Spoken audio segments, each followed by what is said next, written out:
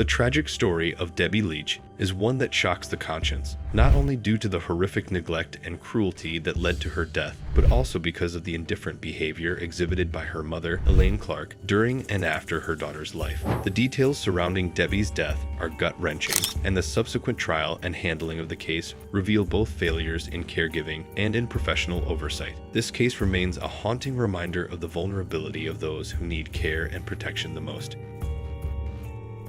On the night of Thursday, August 29, 2019, at approximately 10:40 p.m., Elaine Clarke made a disturbing call to emergency services. She claimed that her 24-year-old daughter, Debbie, had been ill for several days, not eating or drinking, and now seemed cold to the touch. Elaine informed the dispatcher that she believed her daughter had passed away. When paramedics arrived at the house, what they encountered was beyond comprehension. A short clip from the first responder's statement during the inquest paints a chilling picture of the scene that greeted them. As they entered Debbie's bedroom, they found it covered in filth. Not just the bed, all stained by Debbie's own bodily waste. It was immediately clear to the attending paramedic that Debbie had been dead for some time. Her body was severely emaciated, and the skin on her body was badly damaged, primarily due to an infection caused by mites called scabies. The paramedic even stated that he could not immediately tell whether the body was that of a woman.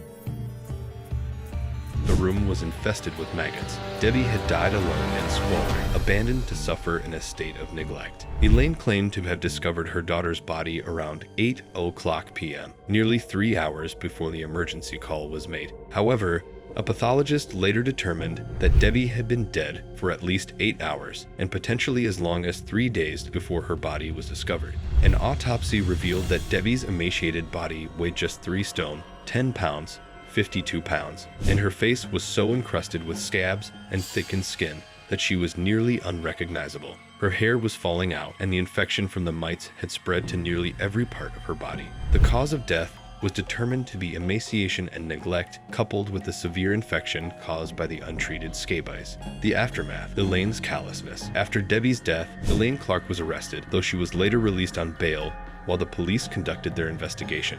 During this time, it became increasingly clear that Elaine had not only neglected her daughter, but had also acted in a disturbingly callous manner in the wake of her death. Two actions, in particular, epitomize the depths of Elaine's indifference and cruelty. First, rather than notifying Debbie's father, Tom Leitch, about their daughter's passing, Elaine posted about it on Facebook. This was how Tom learned that his daughter had died. He had to contact the police in Blackpool to confirm the heartbreaking news. Elaine's disregard for Tom's feelings and her inability to inform him directly showed her deep lack of empathy. Second, when Tom attempted to take control of Debbie's funeral arrangements, Elaine had already disposed of Debbie's body, leaving the local council to pick up the bill for the funeral.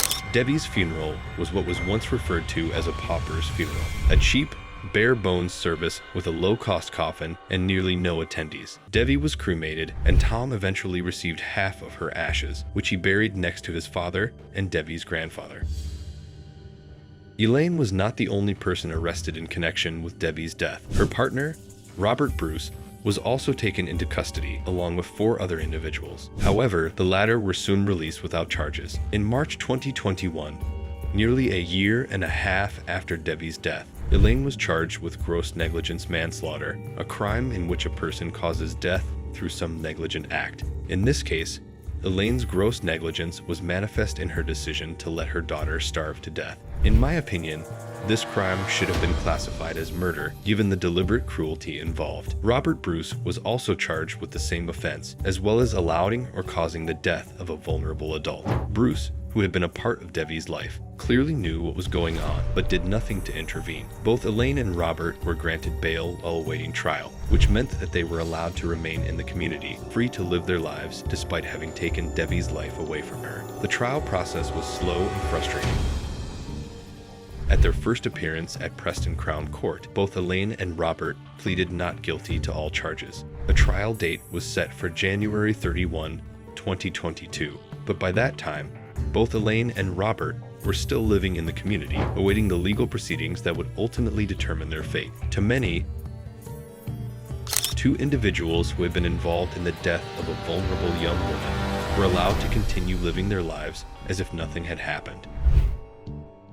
In the days leading up to her trial in 2022, it appeared that the writing was on the wall for Elaine Clarke.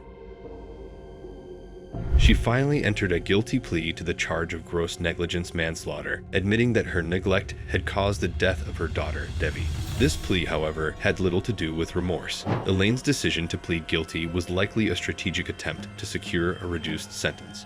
On February 24, 2022, Elaine Clarke stood before Mrs. Justice Yip in court for sentencing. At no point during the proceedings did Elaine show any genuine remorse for what she had done. She did not shed a tear or express any sorrow for her daughter's death. Instead, a probation report was presented in which Elaine claimed she had done her best as a mother. The court rejected this claim outright. Mrs. Justice Yip made it clear that the condition in which Debbie was found, severely emaciated, covered in sores, and left in squalor, indicated that Elaine had not done her best at all. In fact, the evidence showed that Elaine had done absolutely nothing to care for her daughter during the final days of her life. Justice Yip pointed out that Debbie had been abandoned, neglected, and denied even the most basic care in her final days. There was ample evidence from carers and neighbors who had witnessed Debbie's condition, and the reports clearly showed that Debbie had suffered. Mrs. Justice Yip's statement was direct and unequivocal, condemning Elaine for her failure to act, for failing to see the danger her daughter was in,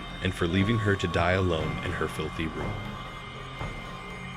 Elaine Clarke was sentenced to 9 years and 7 months in prison for the gross negligence manslaughter of her daughter. She was directed to serve 2/3 of her sentence in custody before being considered for release, which meant that she could apply for parole as early as May 2028. For many, this sentence was woefully inadequate. The loss of a young woman's life, especially one as vulnerable as Debbie, seemed to deserve far more than a relatively short prison term. Debbie had died in the most horrific of circumstances, and Elaine's actions, or lack thereof, had led directly to her death.